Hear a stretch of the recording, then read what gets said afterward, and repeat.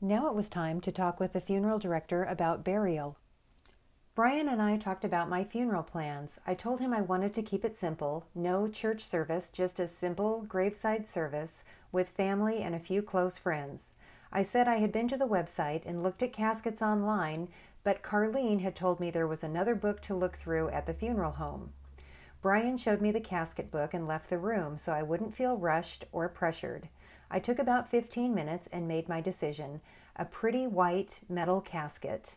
I was glad that the price was listed on each page.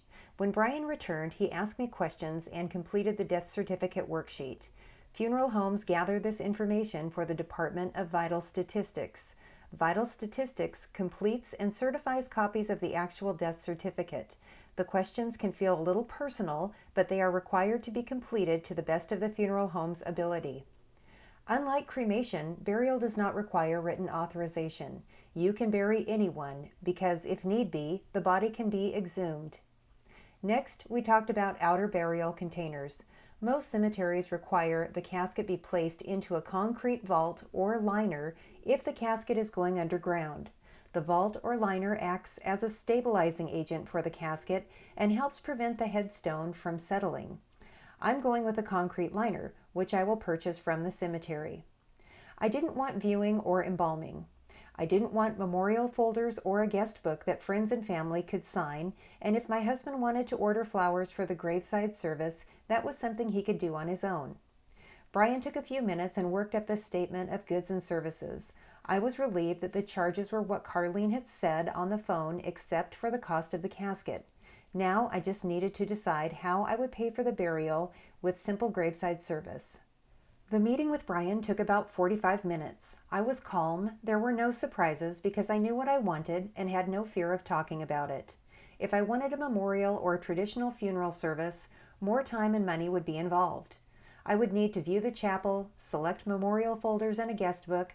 I would need a detailed obituary with the time and location of my funeral.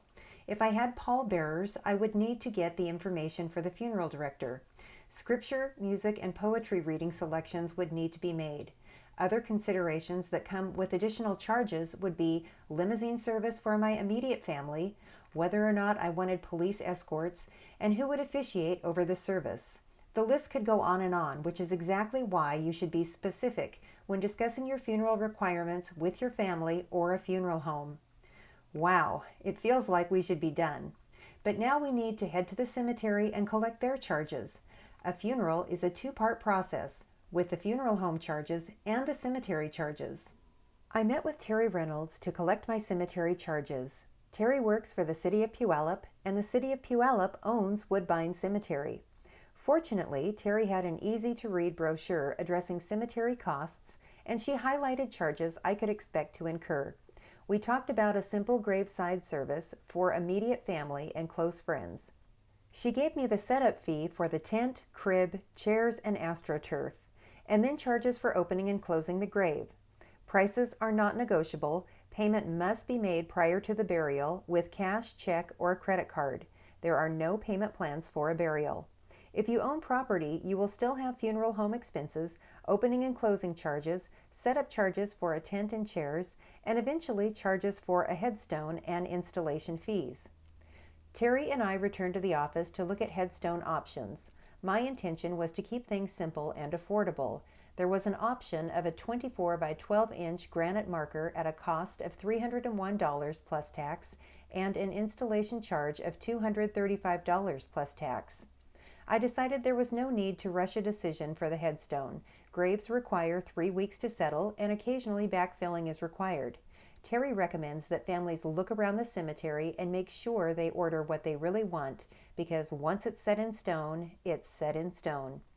So let's take a look at my cemetery charges for a burial at Woodbine Cemetery in January of 2009. Property for the burial is $1,395, and that's in the affordable section of the cemetery.